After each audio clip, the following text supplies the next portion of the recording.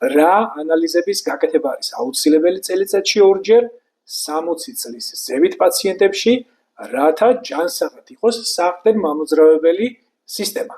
პირველი, ვიტამინი D-ს განსაზღვრა, რომელიც ორგანიზმში მონაწილეობას ღებულობს 230 სახის ნივთიერებათა ცვლაში. აწესრიგებს იმუნურ სისტემას და ძვალსასროლან სისტემასაც.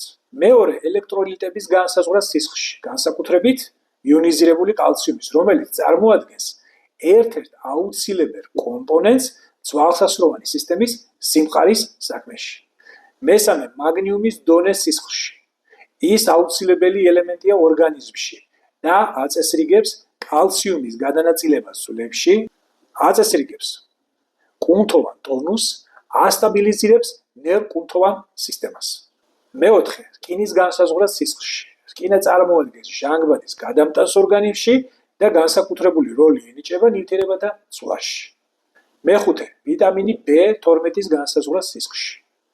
აღნიშნული ვიტამინი აძლიერებს ნერვული უჯრედის გარსის სიმტკიცეს, მაგრამ მინდა აღვნიშნო, რომ თუ პაციენტი თვითნებურად იღებს ვიტამინი B12-ის დიდი დოზით, შეიძლება გამოიწვიოს ღვიძლის დაზიანება და ალერგიული რეაქცია.